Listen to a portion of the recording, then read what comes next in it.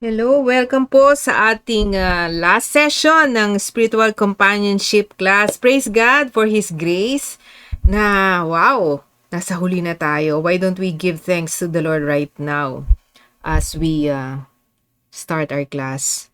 Panginoon, marami pong salamat, Lord, sa iyong biyaya sa aming lahat, sa iyong kalakasan, na nandito na kami ngayon sa last session namin, Panginoon. Salamat, Lord, sa mga naituro mo na sa amin at patuloy namin papakinggan ang tinig mo para hindi lang to maging impormasyon, kundi maging tunay na transformation to ng aming mga puso, ng aming mga buhay para sa ikabubuti hindi lang ng sarili natin ngunit ng iba rin, Panginoon. So allow us to learn from you today in Jesus' name. Amen and amen. All right, so let's do a quick review. Last week, we've talked about soul talk, and this is the yung pinaka-summary of what a soul talk is, or yung spiritual companionship, ano yung ibig sabihin nito. Spiritual friendship is not primarily a matter of doing certain things. Often, in fact, it is precisely the opposite of doing. It is the gift of not doing, alright? Not interrupting, not attempting to solve problems, not prematurely or inappropriately advising, not assuming that what has worked for us will also work for others. In other words, spiritual friendship is a gift of hospitality, presence, and dialogue. While all of this have a component of doing, that is, they have to be lived out, they are grounded in ways of being. Amen. So, ito yung quotation na kinuha ko mula sa aklat na Sacred Companions by David Benner, na primarily ito po yung textbook na ginamit ko for this class. Pero of course, there are other things na I've read or watched about spiritual companionship. Pero kung gusto niyo pong mag-avail po nito, ay lang po, pwede nyo po itong bilhin sa, I think sa Amazon namin to nabili. Binigay ito sa amin bilang isang regalo nung kami ay umattend dati ng GLS. Okay, praise God na meron pa ng purpose. Ba't kami binigyan ng ganitong aklat before, a few years ago. So, again, spiritual companionship, hindi to basta set of skills that you do. Pero actually, it is something that God is doing in you, in your being na lumalabas lang as you're doing this ministry for others, no? So therefore, kahit umattend ka ng seminar na ganito, pero pag hindi mo siya pinapractice, yung presence ni God sa daily life mo, yung spiritual disciplines, yung input mo of the Word of God, and at the same time, being accountable to your spiritual friends, pag walang mga ganong dynamics and habits na nangyayari sa soul mo, sa pagkatao mo, mahirapan kang gawin to sa iba. So, in other words, this is not just something na ginagawa lang natin out of our own effort, because as we all know, na spiritual companionship is it's trying to help another person, or both of you are helping one another to discern God's presence and will, para yun po ang magawa nyo at masurrender nyo in His love, yung inyong buhay. Okay? So, yun pa ang goal ng spiritual companionship. So, I hope and pray na we will all grow into this. I hope na yung mga natutunan nyo sa SK, sa soul keeping and sacred rhythms, okay, na ngayon ay ino-offer ngayon. Reviewin nyo, kasi alam mo, sa totoo lang, kahit na ako ilang beses ko nang naituro ang soul keeping, okay, sacred rhythms, nabasa ko na rin siya in other mga books about it. I keep on equipping myself, training myself, renewing my mind with the Word of God primarily, at the same time reading books about it, and listening to other people. Kasi syempre nasa pandemic tayo, hindi naman ako maka-attend ng kung ano-anong seminar na to listen to my di ba, yung mga mentors ko, online mentors and all, mga tagapagturo din, mga tungkol dito. So, para sa akin, it's up to you It's up to us. Paano tayo lalago bilang mga disciples ni Christ para mas magawa natin ang spiritual companionship sa isa't isa for the glory of God and for the growth of His church. So, remember, the gift of soul talk between spiritual friends is a spiritual blessing worth sharing. Amen ba?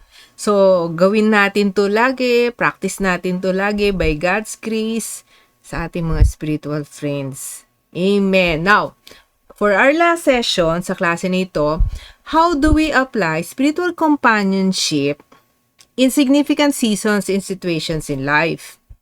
Alright, so specifically, how do we apply it in our life groups? Posible ba yun? Ma-apply mo ito sa life group? Pangalawa, how do we apply it sa marriage or sa family? Of course, yung mga hindi pa married sa inyo, somehow, di ba, itong course na ito. Hindi naman to ko sa marriage yung course na ito, pero somehow magkakaroon kayo ng ng ideya, no? Na pwede to rin i-apply sa marriage. Okay, sa mga best friends nyo. Or malay nyo, dun sa mga nandyan na, di ba? Yung siya pala yung magiging future spouse nyo. So, so at least aware na kayo nito sa ganitong mga bagay.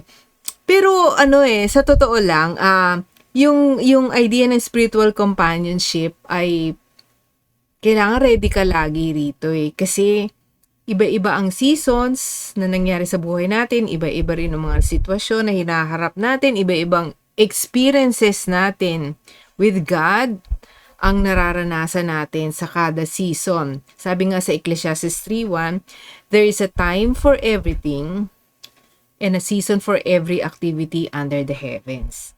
Okay, so merong appointed time sovereign si Lord yan, hindi natin alam lahat yan, pero He allows things to happen, situations to change, whatever, kasi may purpose lahat yan, and His purpose is always good. Okay, wag natin isipin na merong ginagawa si Lord na misteryoso para parusahan tayo. Hindi po. Never pong hindi po ganoon ang ating Diyos Ama. Hindi po niya pinaplanong tayo ay mapasama, kundi ang gusto lang niya is to give us life through Jesus Christ, real life. Okay? So there are significant seasons sa buhay natin bilang mga mananampalataya, followers ni Christ, na dito yung yung matindi yung temptation na either lumayo ka sa church, magsolo ka, o wag kang kumausap ng spiritual companions or pastor, counselor, or whatever, spiritual director. Kasi ito yung mga seasons na you're going through these things, and these situations produce usually mga negative feelings at mga stories in your mind that make you feel sad, mad, frustrated, anxious, afraid, ashamed, guilty, etc., etc. So, halimbawa, kailangan natin ng spiritual companions kapag tayo ay nag-go through ng doubts and confusion sa buhay. Nangyari na ba yun sa inyo na may kiniklaim kang pangako ng Diyos sa buhay mo, and then you are praying for it? At first, it seems like God is answering already the prayer. Tapos suddenly, nawala. Tapos opposite ng prayer mo yung nangyari. Di ba minsan maisip mo, Lord, ano nangyari? Ba't naman nalaglag? Yung ganon. O kaya ginagawa mo naman ang lahat para paglingkuran siya. I mean, you're trying your best to be a good Christian, to be a faithful follower of Christ, etc. Tapos may mga nangyaring hindi mo dapat nangyayari yun sa masamang tao, pero bakit sa'yo nangyayari yun? So, minsan nalilito ka na. So, again, during doubts and confusion, you need your spiritual companions to be there with you. Alright? Kasi si Satan, gusto niya talagang mag-alinlangan ka sa kabutihan at ng Panginoon, faithfulness ng Panginoon sa iyo So, gusto niya yun para lumayo ka sa Kanya. So, pangalawang significant season, kailangan natin isa't isa, lalong-lalo na yung pag nag-go through ka ng discipline. When I say discipline, hindi to parusa, kundi may mga times na kunyari dahil nag-fall ka into sin, Yung iba nga na LI, 'di ba? O kaya may failure ka na hindi mo inaasahan o kaya hindi mo matanggap. Kung saan mang area ng life mo na 'yon, 'di ba? Failure. So itong mga season na ito yung mga talagang dahil sa shame and guilt, katulad ng tinuro ko, ang temptation dito, lumayo ka sa Panginoon eh. Kasi nako-question mo na yung unang-una, yung kabutihan niya, faithfulness niya.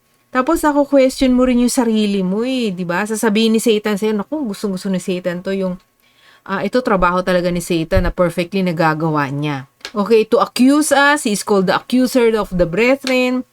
Di ba? He is called the yung parang siya yung taga-lie o kumbaga nagsisinungaling siya, ginagawa niya ng kwento si God na fake news, ginagawan din niya na istorya sa isip mo ang tungkol sa sarili mo na wala ka ng kwenta dahil nagkasala ka.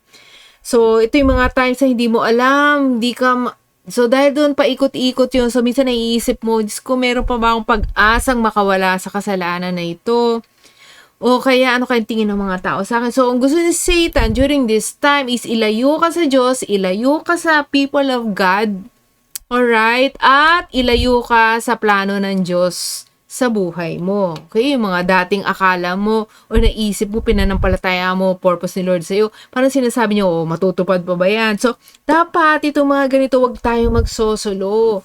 Hayaan po natin na may pagpapakumbaba at may katapatan din sa ating spiritual companions, 'di ba? At mga counselor na talagang magstay tayo in the grace of God and with them para malaman natin yung purpose ni Lord, yung proseso ng niya ng deliverance niya and freedom niya sa atin para ma-set free tayo. Okay, minsan naman yung nag-go through ka ng dark night of the soul. So, pag ganito, alam natin to sa SK, tinalakay natin to, yung hindi mo nararamdaman ang presensya ng Diyos. Okay, kahit na wala ka namang intentional na, gumawa na kasalanan, ginagawa mo naman best sa ministry mo, faithful ka naman sa spiritual disciplines mo. Kumaga, in fairness, parang hindi ka naman ganun kasamang Kristiyano na, rebelde. Pero somehow, biglang nawala yung mga positive feelings o mga spiritual experiences mo na kay God na dati na i-enjoy mo. Yung mga times na punong-puno ka ng consolation. Yung kada pray mo, answered kagad, daming miracle, tapos success sa ministry, tapos favor ni God, wisdom ni God, insight ni God. Yung parang nandyan lahat, pero suddenly nag-enter ka sa isang tunnel, ang dilim, walang ilaw. Okay, tapos wala kang makitang liwanag sa dulo. So, ito yung tinatawag na dark night of the soul. So, pag ganito, ang talaga dito, gustong-gusto ni na i-take yung opportunity ni Satan to sa buhay natin. And kapag ganitong season na talaga, siya talaga yung sa'yo, sisigaw. Sisigaw sa'yo. O anyari? Nasaan na ngayon yung pinagpaguran mo? O kita mo? Ministry ka, hindi ka naman na-appreciate. Ano na ngayon, yung prayer mo, hanggang bubong lang. Walang nangyayari sa ginagawa mong paglapit sa Panginoon mo. So, maraming kwentong ginagawa. So, pag dark night of the soul, ang temptation, madaliin mo yung proseso. Pero ang talagang gusto ni Lord dito, it's really, this season, ay nangyayari sa atin kapag tayo ay nagmamature na in the Lord. Hindi to nangyayari sa, babies in the Lord, yung kaka-born again na usually nga sila nga yung hot na hot, diba? Pag bagong born again, natandaan mo yun. So, in dark night of the soul, nangyayari to sa mga nagmamature na sa Panginoon. So, in a way, this is positive because God is bringing us into a level of maturity wherein our faith is not dependent on positive feelings or spiritual experiences or feelings of consolation lang or blessings lang ni Lord, favor lang ni Lord. Hindi nakadepend yun doon, yung faith natin. Okay, kundi nakadepend yung faith natin, pinupurify niya tayo, yung love natin sa Kanya, para yung faith natin magdepend kung sino siya, na siya ang ating faithful, loving God. Okay? So, in summary, so kailangan mo dito mga spiritual friends. Transitions to a new season. Kapag may mga bagay in the past na God wants to let you go or to surrender na or tapos na yon, tapos na purpose ni Lord. Pero dahil na-enjoy mo siya, hindi mo siya ma-let go. Diba? It can be a ministry or kaya isang relationship hindi nag-work out. Broken-hearted ka, diba? Lord, ipinag-pray ko, ala ko kami na. Tapos hindi pala, ganon. So, yung mga transitions can be, can be life-changing. Ang hirap mag-adjust agad-agad. Katulad nito pandemya, this is a major and global transition sa ating lahat, di ba? Dati, ang laya natin, di ba? Magkita-kita, mag-gather, sige, lahat ng pinupuntahan natin. Pero sandali, biglang nagkaroon ng threat sa ating buhay, which is the COVID-19. So, it's a major transition sa life natin. Kaya ibang tao, hindi maka-transition do sa new normal wherein walang physical gathering, kundi online gathering lang for now. Lalo na daming variants. Ngayon, Delta naman. Hindi ko alam, matatapos ba ang Greek alphabet? Sa mga variants sa lilitaw, Lord have mercy, sana naman wala. Sabi ko nga minsan di bale, matapos man ng ang Greek alphabet, Jesus is the Alpha and the Omega, the first and the last letter of the Greek alphabet. He is in control and He will continue to allow us to navigate yung new season natin, kung ano man yun. So in other words, transition to a new season, we need other people to co-discern. Ano tinuturo ni Lord? Ano yung pinapalet go niya? Baka mamaya yung isang bagay masyado mo nang napanghawakan, hindi mo mabitawan. Pero sabi ni Lord, bitawan mo yan. Meron ako inihahandang bagong pintuan, bagong oportunidad sa'yo. So, again, it can be other things, di ba? Like, for married people, dati, lagi mong kasamang anak mo, say, for the first 20 plus years of their life, wow, na-enjoy mo sila. And here are, okay, natutuwa ka naman, nagka-boyfriend sila ng mga pogi or maganda. Tapos nagpakasal sila, tapos lumipat na sila ng bahay, naiwan ka na ngayon, o kayong mag-asawa sa bahay nyo. So, it's called the empty nest season. Kung magtinginan kayo, asawa mo, okay, tayo na lang ulit. So, it's a new season. So, itong mga significant seasons na ito, kailangan ng mga companions, mga true companions to help you navigate the new season. And last but not the least, maybe not the last, maybe there are other things there in your life that na nangyayari na significant season, pero hindi ko na nilagay lahat. Nag-example ako, vocational calling. Ano ba ako? From being an empleyado, nag-work sa marketplace, magbi-ministry ba ako? Yung ganun. O kaya nagtatrabaho ko ngayon, mag-change ba ako ng klase ng trabaho? O kaya from trabaho, mag-aaral ba ako? Yung ganun. O kaya estudyante ka, tapos pupunta ka na sa Young Pro, ano kayang trabahong nais kong, mag-a-abroad ba ako? Yung mga vocational calling, okay? So, yan, kailangan mo ng spiritual companions kasi, change of direction, major change of direction sa buhay mo, pagdating sa career mo o sa calling mo sa buhay or vocational calling mo. So, kailangan mo ng, wise counselors dyan na companions mo. Okay, na mako-discern with you, ano ba talaga yung best na gusto ni Lord for you. It's not so much gusto mo, gusto nila, okay? Kundi yung ano ba yung gusto ni Lord, kasi yung gusto naman ni Lord, yun naman ang best. At alam mo, sa totoo lang, in terms of discernment, si Lord naman, misa kasi lumalapit lang tayo kay Lord, yun naman yun, for guidance. Yes, that's true. We go to Him for guidance, di ba? We go to His Word for guidance and wisdom. Ano ba yung best, good, better, best nga tawag natin yan. Pero sa totoo lang, I can just imagine, kung ang relationship natin kay Lord o paglapit natin sa Kanya, just for that purpose, guidance lang. Di ba, na-imagine nyo, halimbawa yung anak nyo, lalapit lang sa inyo, anong gusto mong gawin ko?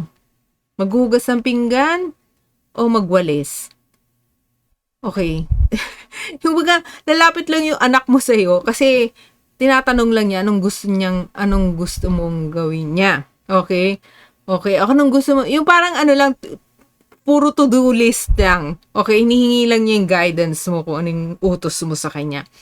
Si Lord, I don't think na our relationship with God is parang ganun lang. Lalapitan lang natin siya pag kailangan natin ng guidance. Kailangan talaga for us to be better spiritual companions, we must really grow in prayer and discernment para God can transform us into the kind of person who will do things not because we are parang forced to do it or because God told me so. O kumbaga, sinabi kasi ni Lord, gawin ko. Yung ganon, na parang minsan kasi gusto natin guidance para lang ma-off the hook tayo. Okay, in case mabulilya. So, kasi sabi ni Lord yun, di kasalanan niya. Yung gano'n, will blame God for that. Gusto ni Lord, ma-develop yung character natin, relationship natin sa Kanya, na talagang gagawin natin yung kalooban niya according to, who we are. 'Di ba? Yung pagkaunawa natin sa sarili natin sa Kanya, yung magiging natural sa atin mag-obey. At mag-explore, mag-create. So, bilang spiritual companion, dapat nadidevelop sa iyo yon personally para you can also be be discerning with others pag meron silang go through ng mga seasons na gito. I hope na you get that. All right, so sige, before we get into the small groups and the kind of small groups as far as applying spiritual companionship, let me pray for each one of you first right now. For those of you, maybe hindi ko alam anong season you are in right now that you need discernment of God's presence and will sa life mo. Let me pray for you. Panginoon, I pray for my brothers and sisters. Kilala mo po ang bawat isa sa kanila. Siguro marami silang tanong sa puso nila, anong nangyayari sa sarili nila, anong nangyayari sa buhay nila. O kaya minsan siguro nafo-frustrate na sila dahil may mga bagay na paulit-ulit na nangyayari na hindi maganda. Kaya siguro may mga katanungan sila, Lord, ano ba ang kalooban mo sa calling mo sa akin? Ano bang bagong season ang ino-open mo before me? Ano ba yung mga hindi ko ma-let go na old season sa life ko? Lord, tulungan mo ako. Tulungan mo ako, Panginoon. For some of you, going through the dark night of the soul. Lord, I pray for my brothers and sisters na hindi ko po alam ano nangyayari, pero if they're going through this season of their life, I pray for that you guide them through the darkness. I pray na in due time that he or she will learn to wait upon the Lord. Continue to believe in you, to trust in your goodness in spite of the uncertainty of the darkness. I know in due time that there will be light at the end of it and you will allow him to experience you in a real way. Thank you, Lord, in Jesus' name. Amen. And amen.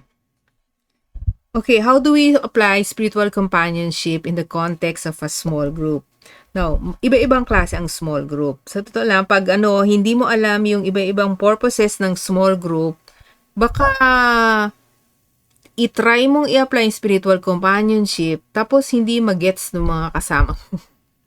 O kaya naman, yung grupo na yun na kinabibilangan mo, dapat nga nag-spiritual companionship kayo, pero hindi nyo ginagawa. Ibang purpose yung ginagawa nyo. Okay, let's just go through the different types of small groups based on their purpose. First is the fellowship group. Okay, syempre fellowship, obvious naman. Pupunta ka sa grupo kasi you want to make new friends. And of course, you want to do things together, especially webbing out. Yay! Di ba? Saya-saya. Eat together. Ngayon, hindi natin nagagawa. Sad. Pero in due time, we'll do that together again by the grace of God. So, ito yung mga you do things together. Usually, mga pumapasok sa LG during this season, okay? This year pala, ay di ba, pumapasok sila, lalo na yung mga bago, kasi they want to make new friends. Kasi syempre, noong una siguro, ma-attend lang sila sa online service natin, o kaya may friends sila, na taga-RLCC, in-invite sila. So, excited sila kasi, di ba, sa pandemic, pag wala kang Mga kaibigan, ang lungkot na nga, lalo pang malungkot pero pag may friends ka na totoo at higit sa lahat, pare-pareho kayo na somehow gusto nyo makilala si Lord. Di ba?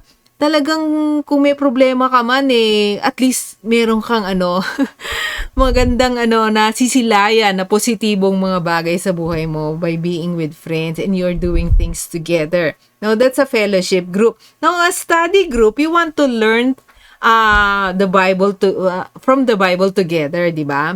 So, or other Christian resources. So, yung iba, lalo sa mga traditional, yung tinatawag na Bible study in traditional churches, usually they study a book of the Bible.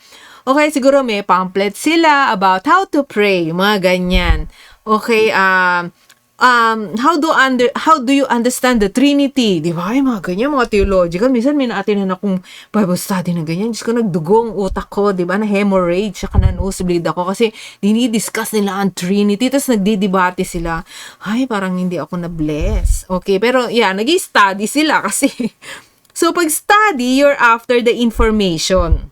Not necessarily transformation. Of course, siyempre, dahil Christians, sabihin nila, para yung turuan tayo ni Lord para magbago. Pero usually, more often than not, pag hindi aware yung leader o yung grupo, usually information diba? Madali lang ako information. In fact, online, ang daming information. Pero, there's a place for this. For example, yung real life Bible study natin.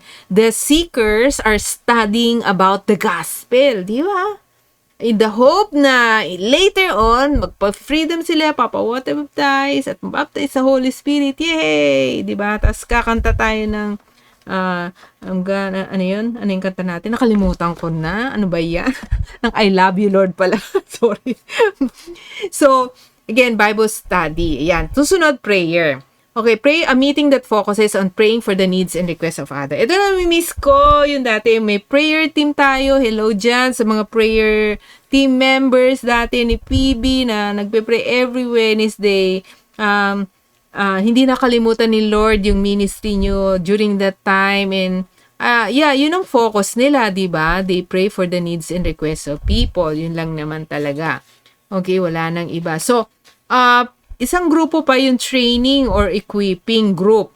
Ito, they study a topic, okay, and train each other for mastery, ministry, or mission. So, ito, they study, parang may topic. For example, naalala ko dati, may equippers class kami. Yung for people na may potential silang mag-communicate ng word of God to others, di ba? Exciting yung class na yon. We study Greek, tapos mabot pa kami sa Hebrew. Hindi yata, Greek lang yata. Nag-memorize kami, Greek rock, ganyan. Si PB nagtuturo, exegesis. Naku, na talagang namumutla lahat. Okay, namumutla. Okay, hindi na makatulog pag may assignment kami na i-exegete na passage. So, in other words, magpipreach kami sa harapan ni PB at sa harap ng mga klase namin. Yun yung pinaka, kabog na kabog ang mga dibdib, tumataas ang BP. Naalala ko, ginawa ko ito sa KH before. Muntik na po kaming tumawag ng 911 at ambulansya dahil tumibok-tibok na ang puso, 'di ba? Nagkaroon ng tachycardia. Hindi ko po alam. Iba-iba ang na-feel. Kaya hindi na nga ata na ulit yun, natakot ako. Hindi, pero in other words, pag may grupong ganito, exciting din to kasi training to of a skill and an expertise on a subject matter para for ministry or for mission, di ba? Yun yung purpose niyan. Of course, companionship. Ayan, yung last natin. This is to facilitate soul friendships and spiritual direction. So, ito, usually, wala ka naman nakikitang grupo na companionship group. Walang ganon. Usually, we assume na ang companionship nangyayari sa life group, right? Or as a ministry team. Okay? Well, a little. Pero mostly, task-oriented ang ministry team. Pero, yung companionship group, talagang may covenant sila to facilitate soul friendship and spiritual direction. And therefore, let me explain to you an example of this. Okay, so para mangyari spiritual companionship in a group, kailangan, ito yung mga meron sila na nangyayari sa group meeting nila. Una, the priority of questions over answers.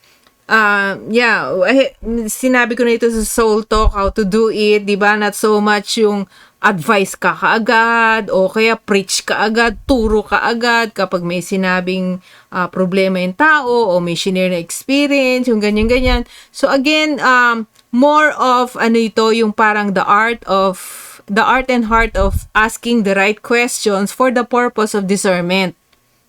Para mas maging aware yung tao dun sa na-experience niya bago kayo magbigay at the right time as the Lord leads you, okay, in the group for answers. Okay, and the answer should be not commanding, hindi ito command, inuutusan mo, hindi ito yung parang, sige, dapat ito gawin mo, yung mga ganon. Hindi po ganon agad-agad. There will be a time for that na siguro pag Hindi agad-agad na gano'n. So, pangalawa, kasi sa number 1 pala, yung kasi 'di ba sa normal na life group or small group, 'di ba ito nangyayari, 'di ba? Pupunta mga sisters, 'di ba? Tapos syempre may mga dala-dalahin 'yan. Ala, okay, sige, let's share. Kamusta na kayo? Ayan na, binitawan mo na ang question. Yun ang una't huli mong question kasi nung sinabi mo kamusta na kayo, ayan na, naglitanya na ng mga problema at hinaing sa buhay, problema sa asawa, anak, pera, kapitbahay, aso, at mga kung ano-ano pa. So, in other words, normally in a life group, they are there not for not really for companionship per se, but really gusto lang nilang mag-share para maibsan sila, di ba, ng kanilang mga dalahin. Which, okay naman yon, no problem with that.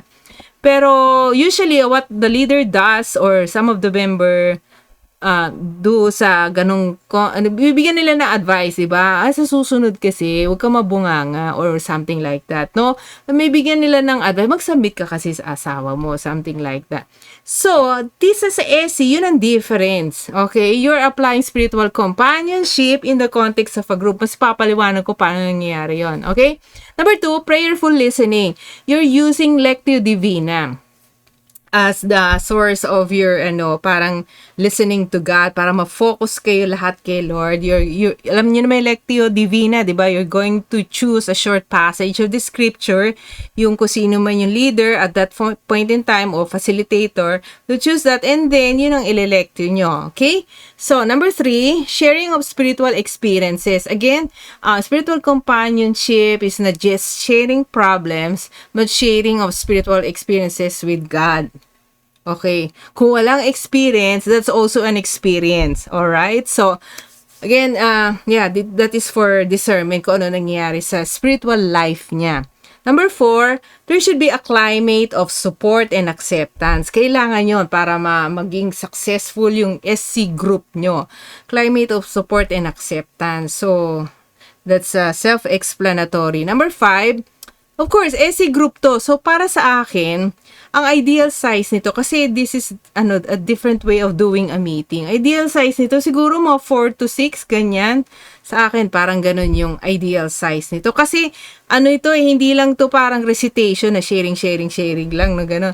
Merong co-discernment process na nangyayari during the meeting. So, there will be many times that you'll be silent, you'll be praying in your heart, listening to God, yung ganon. Yung mga times na ganon So, as far as membership, ito yung sinasabi ko na hindi mo pwedeng i-apply to in any group unless the members ay may covenant na gawin to sa isa't isa. At syempre, somehow, may idea sila o may training sila how to do spiritual companionship. Or siguro the least, aware na sila sa soul keeping as far as mga klase natin and spiritual or sacred rhythms. So somehow, pagdating sa dynamics of the soul and relating with God, na sila, may ideya na sila, na-apply na sila unti-unti. So pwede sila. So para sa akin, the best for now, the best group na you can apply spiritual companionship is with your LG core teams and with your ministry team. Kung lahat naman sila somehow nag-SK na o nag-SR na, basta yung meron na somehow konting or may alam na tungkol sa mga spiritual formation classes natin. Okay? Okay, nakikinig kay pastor sa Devo niya. So, In other words, yeah, there should be a mutual agreement na yun ang gagawin nyo. And of course, syempre, a facilitator. Para sa akin, yung facilitator is not necessarily always the leader of the group. Pwedeng naman yan, ikot-ikot kayo, lalo na kung, lahat naman kayo nag-go through, lalo na nitong spiritual companionship class. Pwede kayong maging facilitator ng ganong klaseng grupo. So, na-imagine nyo ba? Diba? Mahirap to gawin. Although, siguro hindi naman imposible. Kaya lang ganito, yung life groups nyo ngayon, iba-ibang spiritual status niyan in stages, di ba? Iba-iba rin ang purpose niya ba't pumasok sa grupo. Kahit pa i-seminar mo yan, na ang purpose ng life group ay ganito, ganito, ganito. Hindi ka agad magigets yun. No? Iba-iba ang gets ng tao kahit umattend pa sila na seminar. Now, pagdating sa life group, hindi mo mai-expect na magagawa mo ito completely or perfectly. Kasi iba-iba nga expectations nila eh. Kasi pag nag-lectio ka na, o kaya pag nanahimik kayo, tapos yung isang tao doon, nangihingi na ng damay, ay karamay, o kaya advice, tulungan niyo ako, prayer, o kung ano man yung purpose niya, o kaya friendship lang, hindi ako nandito para tumahimik, gusto ko rito yung tayo, nagchichikahan tayo, di ba? So, hindi ganun ka-ideal. Kaya ideal talaga sa LG core teams nyo ito, i-apply. Halimbawa, itong sample agenda, ha? Hindi ko sinasabing ganito lang ang agenda, pero sample to para paano nyo i-apply ito sa LG core teams nyo, for example. So, number 1, there should be an opening prayer and worship. Now, when I say opening prayer, hindi lang, Lord Jesus, thank you, Lord, for being with us, ganyan. Yeah, you can do that, pero before you even do that, I think there should be a silence and hindi solitude kasi grupo kayo. There should be a moment of silence and stillness in the presence of God. And just do centering prayer or breath prayer. Kumbaga, in other words, ang purpose ng prayer is to kalma. To kalma your soul and to still your soul and your body and your mind in the presence of God. Kasi, di ba, tayo, physical beings tayo. Sometimes we forget the spiritual realm, lalo na kung galing kayo kung saan lugar bago kayo nag-meet, di ba? So, therefore, it takes a moment of transition in imagining by faith where we are right now. We are in the presence of God and the kingdom of God is here, so on and so forth. Kasi, ang purpose ng spiritual companionship is discerning God's presence and will, para dun tayo pumunta lahat at sumunod at mag-respond, 'di ba? So kung biglang Lord Jesus, thank you, parang minamadali, parang hindi mo makakalma. So yung leader or pwede siyang mag-assign, yun yung unang gagawin. Kalma-kalma lang muna in the presence of God para mas ma-discern natin together, okay? Number 2 is reading of the passage. This is the Lectio Divina part. Alam niyo naman to, review niyo ito sa Sacred Rhythm, assignment niyo yan, pag gagawin. I hope na you're still doing this, no? Kahit tapos na kayo ng SR in your groups once in a while, lalo na dati. Pero ngayon, siguro mas maganda, mas practicing niyo ito sa LG Core Team niyo, no? Lectio, alam naman natin yan, yung sa English, this is Latin, di ba? So, divine reading, meaning, reading, meditation, prayer, and contemplation. Yun ang ibig sabihin ng Latin words na yan. Now, how do you do that, di ba? Yung number 3, leading the process of the Lectio Divina. This is done through prayer, talking and sharing, and silent prayer. Let me just illustrate this, parang, imagine nyo, nasa grupo tayo, ha? May kasama nyo yung mga ka-small group nyo, ka-core group nyo. So, diba, the leader will read, kunyari, Psalm 23, slowly, first reading. Tapos, silence. Yung hindi naman yung matagal na silence, pero hinga ng malalim, tapos, hayaan mong tumimo yung ni-read nung leader. Second reading, okay?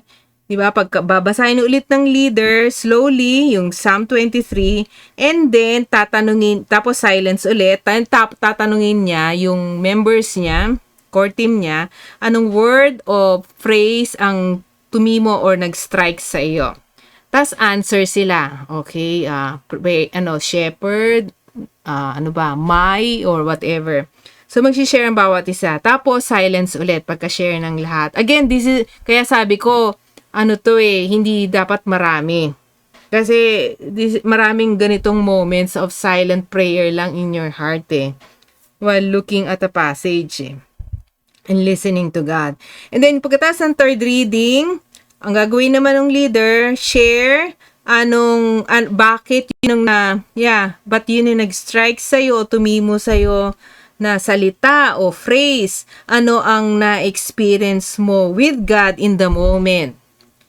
For example, ano ba example, no? Kunyari lang, Psalm 23, di ba? The Lord is my shepherd, I shall not want. So, sa akin, kunyari lang, ako yung nag-share, sa akin, kaya tumimo yung my shepherd. Kasi personal siya sa akin, naramdaman ko, na-encourage ako, na shepherd ko si Jesus, si Lord. My shepherd, ano ko doon na parang na-comfort ako na inaalagaan ako ni Lord. Yung something like that, yung experience niya with God in the moment. Kaya tumimo sa kanya yung salita na yon o phrase na yon. Tapos syempre, after mag-share ng lahat ng yon, silent prayer ulit, pause lang kayo in the presence of God. And then fourth reading, pagkabasa mo nung in the fourth time, sasabihin mo sa kanila, meron bang nafe-feel kayo o napaprompt sa heart nyo ngayon na invitation ni Lord para mag-respond kayo sa presensya niya? O do sa salita na tumimo sa inyo. Anong response kaya ang nararamdaman nyo sa puso nyo o invitation? So for example, sasabihin ng tao, parang sinasabi ni Lord, mag-let go ako ngayon. Kasi, sabihin niya. Parang feeling ko ngayon, parang sinasabi ni Lord doon sa salita na yon, na mag-trust ako sa Kanya kasi for the past week, parang lagi akong aligaga. Something like that, okay? O kino-comfort niya ako kasi sinasabi niya sa akin, anak, I am with you always. Something. Alright, and then after mag-share ng mga gano'n ng mga tao tungkol sa response nila sa presence ni God at sa salita niya, meron ulit, silent prayer, tahimik lang muna kayo and giving God a space to speak to each one of you. Alright, silently in your hearts. And then, pagkatapos nun, the facilitator will ask the members, share nyo nga kung ano yung mga significant experiences nyo with God this past weeks. Okay, ibig sabihin hindi siya last year. Ito lang, recent weeks lang hindi masyadong matagal kasi we want to discern what God is doing ngayon, hindi yung 10,000 years ago. Okay, ngayon, yung recent weeks niya. Okay, tapos bawat isa mag-share. For example, may mag-share na ako for the past weeks, pakiramdam ko parang nahirapan ako mag-pray. Siyempre, tatanungin leader, bakit? O ano ba na-experience mo? Kasi parang wala akong gana mag-pray, so may mga kasi parang feeling ko hindi naman naririnig ni Lord yung prayer ko kasi ang tagal ko na siyang pinagpipray hanggang ngayon hindi pa ina-answer ni Lord. Kunyari yun yung experience niya. Okay, after mag-share ng tao na yon, pwedeng i-choose ng leader na mag-focus muna doon sa tao na yon for co-discernment of what God is doing in his life. Dahil doon sa shinare niya na yon. So, syempre, silently, nagpe-pray naman lahat. Parang nakikinig tayo lahat together. No? Hindi lang yung leader, hindi lang yung tao. And then, pagkatapos, i-share natin ngayon, doon sa tao, parang mag-a-assign ng question para yung tao ma-focus siya kay God. Doon sa recent experience niya na shinare ng tao. Okay, and then the group can respond to whoever, kunyari si Pedro, in loving empathy, grace, and wisdom. Okay, ina-apply na nila yung co-discernment yung kung ano man yung ililid ni Lord sa kanila na sa tingin nila ito yung ginagawa ni Lord sa buhay niya. Okay? With empathy, grace, and wisdom. So, parang ganon. And of course, if tapos na yung isang tao, yung isa naman, so depende kasi kung ano yung allowed na time na ng meeting nyo. So, not necessarily in one meeting, lahat kayo ko-companion or mabibigyan ng focus. Baka sa susunod na lang yung iba. So, depende. Alright, kaya nga dapat limited lang yung yung number of members. Okay, at saka nauunawaan kung ano yung spiritual companionship meeting. Alright, and then of course you can pray together. Okay, so nagets nyo ba somehow an idea of how to do this in a small group or specifically with your LG core teams? Alright, so of course, if you have any question about it, you can ask that during our class. Now, how do we apply spiritual companionship in the context of our marriage and family? Pwede ba ito? Of course, lahat ay posible sa biyaya ng Diyos. Ngunit kung ano man yung maririnig nyo rito, ay, it's a process. Hindi tayo nag-i-aim for idealism here kasi iba-iba ang sitwasyon ng marriage and family. Pero, don't lose hope, okay? Ito yung kalooban ng Panginoon para sa atin. So, let me just read this. Romance does not automatically translate into soul friendship. Amen. Attraction and compatibility are insufficient foundation to make a marriage a place for soul friendship. Totoo naman yun, di ba? Kasi kung totoo ito na pag dahil attracted kayo sa isa't isa or compatible kayo sa mga bagay-bagay, 'di ba? Maaring intimate kayo sa iba-ibang area sa marriage, pero we're talking about soul friendship, hindi automatic na meron kayo nito or nag-grow kayo dito, okay? Pero at the same time, soul friendship is not something we can demand from our spouses. Kasi lalo na kung nag-aral ka ng ganito, 'di ba? Tapos ang dami mo nababasa tungkol sa ideal marriage. Baka naman biglang, oy, ikaw naman, ka naman sa akin, mag-companion ka naman sa akin. Para naman tayo umate, no? Hindi pwede i-demand na ganito. Pero ang pwede natin magawa, it can be encouraged and cultivated to be experienced as a gift.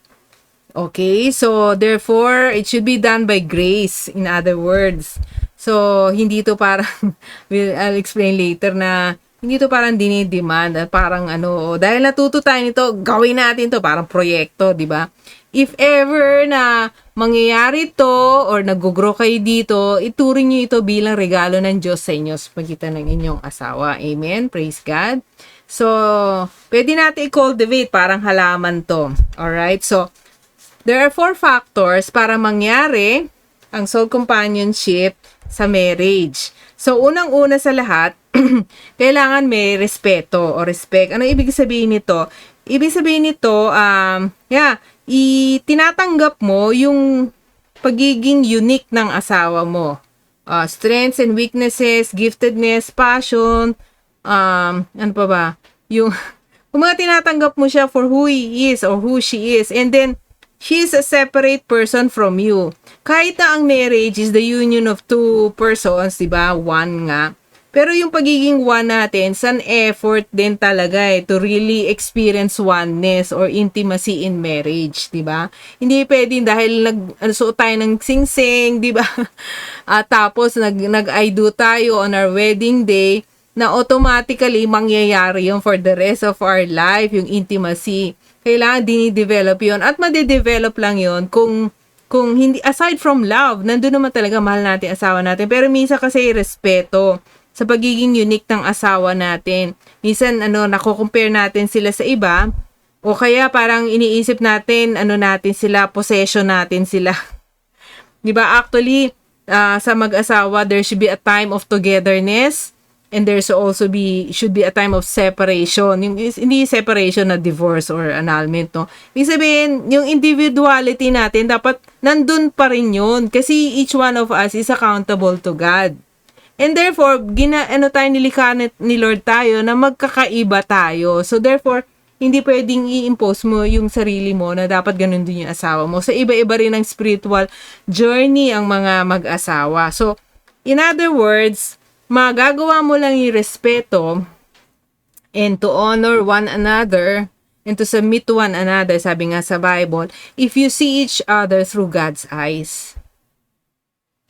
And it doesn't happen automatically or all the time unless you yourself is spending time with God, walking with God, able to discern His transforming power in you as a wife or as a husband. Hindi mo magagawa ito. Kasi yung mata natin, minsan either may muta, na ng pananaw natin, paningin natin, o kaya minsan malabo tingin natin, hindi 2020, hindi the way God sees our husband or wife. Minsan nire-resent natin yung kakaibahan nila sa atin, di ba? Both good and bad. So, kailangan kasi ma-heal din yung spiritual eyes natin on how we see our husband or wife made in the image of God and loved by God. How does God see your husband, di ba? Kahit nga hindi Kristiyano, di ba? Yun usually yung desolation ng mga Christian wives, di ba? Nahihirapan sila to respect, even to love their husband kasi hindi Kristiyano, hindi ka pareho ng faith nila. Yeah, I can just imagine. Minsan nga kahit Kristiyano, minsan ang hirap nga rin. Di ba? For wives, ang hirap nga rin mag-submit. Lahat naman yan, natin yan area of transformation natin yan Pero, if we are allowing God to heal our eyes, we will see them, our spouses, through the eyes of God. And this will, result to us loving them, respecting them for who they are. Okay, and number 2, absence of control, meaning para mangyaring SC sa mag-asawa, kailangan wala yung manipulation. Na kung ano yung gusto ko, yun ang masusunod. O kaya yung manipulation, pag hindi mo nakuha yung gusto mo, silent treatment o outside the kulambo. In other words, you're trying to control. Or minsan we're trying to treat our spouses o mga asawa bilang proyekto o project na kailangan nating i-accomplish o i-achieve na maging ganito sila. So we try to fix them, to control them, manipulate para kung ano yung nasa image sa isip natin na dapat ganito asawa, yun ang dapat maging sila. Pag hindi nangyayari, yan na. Alright, so pag ganun, mahihirapan maging open tayo sa isa't isa. Diba? Sino ba naman ang gusto na tinatry kang i-control at maging ikaw siya o siya maging ikaw, diba? Hindi pwede yun. Alright, number 3. Okay, this is important. This is the gift of dialogue na discuss natin. Of course, in other words, kailangan pa nag-uusap ang mag-asawa. Unang-una sa lahat, practically, this can happen in a scheduled time. Depende sa inyo. Mag-set aside kayo ng time, either in a week, yung marriage day nyo, o kaya yung marriage time nyo, dialogue time nyo, pag umaga ba, habang nagbe-breakfast, o sa gabi, pagtapos ng trabaho, yung medyo, nagpapahinga na kayo. Kailan to? Okay, so yung dialogue, syempre, there needs to be a place and a time for that. Kasi if we will just leave it to chance, lahat tayo busy. By default, we will really geared into trabaho, ministry, anak, whatever, di ba? Kung ano yung gagawin natin. So, and of course, pag may time na, may place na, kailangan nandun yung active listening. Well, when you say active listening, natutunan niya. So, syempre, pag nag-share na yung, hindi lang yung nag-share, kamusta ba ang weather? Ito nga, lakas ng ulan, merong mukhang may habagat na naman, o kaya, puputok na naman yung taal. Of course, those things, okay lang naman yung current events, you talk about it, or other people. Pero siguro, more importantly, in relation to spiritual transformation, yung tungkol sa feelings or experiences niya with God. Okay? Of course, hindi mo pwedeng, i-force na pag nag-share siya katulad ng the way you're sharing. Yung spiritual experiences mo with God, magkaiba kayo, maaring magkaiba nga kayong stage sa spiritual walk nyo It's okay, basta ang mahalaga, may kalayaan. sa pag-share ng totoong nararamdaman at mga, mga karanasan sa Panginoon, sa faith, may doubt ba, may fear ba, o whatever, or opinion niya. Basta may ganong acceptance and safety and security while sharing, mako-cultivate po yung gift of dialogue in the context of marriage. Of course, I hope you get that. Minsan there will be a time for silence, hindi naman laging talking to. Minsan magkatabi lang kayo and just praying for one another. Again, wherever you are, there's no, basta there's safety, natanggap niyo ang isa't isa by God's grace. Minsan, walang gana mag-share. Okay lang, di ba? Hindi kailangan ipilit. Okay? Kaya busy, pagod, okay lang yon. Basta ikaw na naka-enroll sa klase na ito, you be a catalyst of what a loving dialogue is. Of course, sa totoo lang, kami ni PB, di ba? Hindi ko sinasabi to dahil kami ni PB okay na. In fact, kahit kami ay mga pastor, di ba? Meron pa rin talagang hinihil si Lord sa marriage namin na alam mo, nagpapasalamat ako sa pandemic, hindi dahil may pandemic, kundi nagkaroon kami ng pagkakataon to revisit, no? Or parang inalaw ni Lord na, oops, meron pa pala sugat doon na, sandali, hindi natin to na-deal dati. O kaya kung na-deal man dati, parang hindi natin itinuloy yung healing process dito. So kami rin ni PB are also in the process of being transformed by God para mas ma-deepen yung spiritual companionship namin. We're not perfect in doing that. Knowing me and PB, we're both very strong personalities, maraming alam sa salita ng Diyos. Kaya nga minsan, di ba, minsan nagagamit namin yung competence namin sa maling paraan. And of course, mali po yung kayabangan yon on our part, okay, when we do that to one another. Pero by the grace of God, we encourage you to grow into spiritual companionship, ministry to one another with your spouses. Okay? Amen ba? And last but not the least, direction.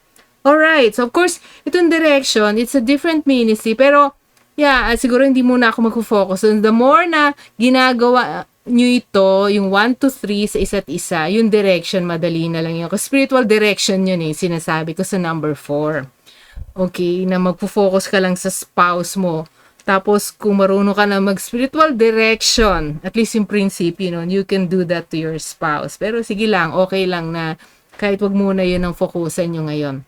Now, this is, ang mga bata ba, o mga anak natin pwede ba? Of course, sorry doon sa mga walang anak, pero siguro you can apply whoever is, younger than you. Okay? Kung ano man yung pwedeng maging companions nyo. So, children, on the other hand, completely depend on their parents during childhood and younger years for direction and support. Diba? Tama naman yan. Naalala ko dati, pag umaalis ako, kami ni Pastor, naiiwan yung mga anak namin. Si JD nung maliit pa, kaya si JR, naku, iyakan niya mga yan. Mami! Yan. Parang ganyan, no? Pero ngayon, kami na umiiyak. Kasi mga malaki na sila, malalaki pa sa amin, di ba? At kumikita na. So, may kanya-kanya ng buhay. Pero of course, dahil nag-pandemic, ngayon, lockdown sila. One of the blessings of pandemic, lagi namin kasama mga anak namin, no? Well, pero younger years, gano'n naman ang mga bata. Pero as they become young adults, okay? Or even get married, di ba? It is possible that they can also be our spiritual companions. Wow! When they are also growing and maturing in the Lord. Totoo ba yan sa inyo? Na yung dati mga anak nyo, di ba? Kayo lang ang payo ng payo. Ngayon sila na nagpapayo sa inyo. Sila na nagko-correct sa inyo. Aray ko. Sakit makorek pag matanda ka na, di ba? Okay, pero they can be our spiritual companions if they're also growing and maturing in the Lord. Bawat anak iba-iba rin ng speed or level ng maturity, pero ang blessing doon, pag talagang nagkaka-covenant kayo, anak, kahit parent mo ko, 'di ba? Pwede tayo magkwentuhan about our spiritual life. Ako nangyayari yun sa mga anak ko, and I thank God for that opportunity na binigay sa akin ng Panginoon. Blessing sa akin ng aking mga anak. Hallelujah! Hindi kami mga perfect people, kaya mas kailangan namin ng isa't isa. Okay, pero ang ano lang, ang reminder lang mga kapatid, okay, lalo na sa mga may asawa, although this can be a blessing, we must be aware not to replace our spouses with our children as our only source of joy and comfort. The marriage relationship should continue to grow and deepen in our spiritual journey as we grow old together by God's grace. Developing intimacy in different levels is for a lifetime. Habang buhay tayo, okay? Hindi tayo perfect, hindi lahat ng time masaya tayo, hindi lahat ng time kalugod-lugod ang ating mga asawa o ang ating mga anak. Pero dapat talaga, it should be our goal na to develop relationships sa ating mga spouses and of course with our children. Pero wag nating hayaan na mga anak natin, sila yung talagang ano natin, yung nagkukuhanan natin. Kasi pag umalis na sila sa bahay, nag-asawa na or nag-abroad na, paano na tayo? Yung mag-asawa, di ba? Nagtinginan na lang. Sandali, kilala ba kita? Parang hindi kita kilala eh. Kilala kita, huling kilala ko sa'yo na naliligaw ka pa, na romantiko ka, at very loving ka, at lagi mo ko iniisip, pinahatid, di ba? Sumusugod ka sa baha para lang sunduin ako.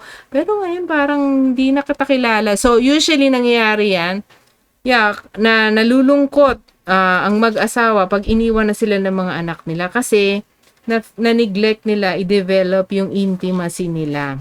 Hindi pa huli ang lahat. Amen? Hanggat nasa Panginoon, may pag-asa tayong lahat. And kung tayo lang po ay makikinig sa Lord at magtutulungan sa bawat isa. For our final verse this evening, John 14:16. And I will ask the Father, and He will give you another advocate to help you and be with you forever, the Spirit of Truth. Ang ibig sabihin po ng advocate dito ay, referring to the Holy Spirit, yung galing to sa Greek word na parakletos, na ang ibig sabihin para, meaning beside or alongside. Kletos means to come, to call. Or the Holy Spirit is the one who is in us, with us, for us, to come alongside sa atin, to be our advocate. Some translation says na comforter, counselor, helper, friend. So yan ang ministry ng Holy Spirit sa atin. And to tell you, ito exciting dito, yung spiritual companionship is a ministry of the Holy Spirit to all believers. Amen? At pag tayo ay gumagawa nito, and we allow the Spirit of God to do His ministry through us, it's a big blessing and it's a life-transforming ministry habang ginagawa natin ito. Kasi pag nandun tayo where the activity of God is, we experience His presence, we experience His peace, His joy, His empowerment, His grace, and everything that He is, we experience kasi nandun tayo sa ginagawa ng banal na Espiritu sa mga tao, and we are allowing Him to use us. And therefore, Spirit-led companions are always available in any situation and season. Yes, ang tanong ko sa iyo, handa ka ba na magpagamit sa Panginoon sa banal na Espiritu bilang soul companions for anyone in any situation or season, lalo na sa mga significant relationship mo in the church and in the family, and whoever the Lord brings alongside with you para ikaw ang kanyang maging parakletos, parang ganon, to come alongside someone who needs comfort, who needs help, who needs counseling, wisdom, who needs love, whatever yung need ng tao, nandun ka, diba? And you can only do that if you're allowing the Holy Spirit to lead you. Amen? This is a big blessing for all of us. Why don't we pray right now? Ay, thank you, Lord. Thank you, Lord, for allowing us to understand more deeply about spiritual companionship. Holy Spirit, you are all that we need Ikaw ang totoong companion. Ikaw ang totoong advocate namin. Ikaw ang totoong comforter, counselor, helper, and an ever-present friend sa aming buhay. Hindi mo kami iniiwan kailan paman. Kaya Panginoon, by your grace, allow us to be like you, to do ministry sa pamagitan mo, sa pamagitan ng grace mo.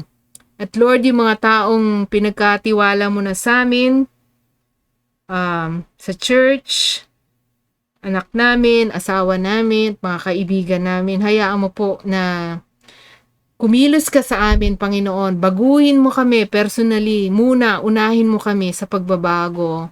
And in so doing, kung sino man, the person that we are becoming is the best gift that we can give to others in the context of spiritual companionship. Thank you, Lord, for this class. To God be the glory in Jesus' name. Amen and amen. And of course, thank you for everyone. And this is your last assignment. Hallelujah. Personal reflection and feedback. Of course, nandiyan na yan sa inyong mga notes. You can just read that. I have yung number 3 question ko for married people and of course for single people. Kasi hindi naman lahat married dito, pero I have a question for single people also. Plus, don't forget number 4 ha. Okay, yan na lang regalo nyo sa akin. Yung please give specific feedback and comments about your learning experience for lesson 4. Wag lang po puro be specific. Yung it's really helpful for me. You're doing companionship for me when you give those feedback and comments. And see you again this coming Saturday. God bless you all. And good night po sa inyong lahat kung night po itong inyong pakikinig dito. God bless you all.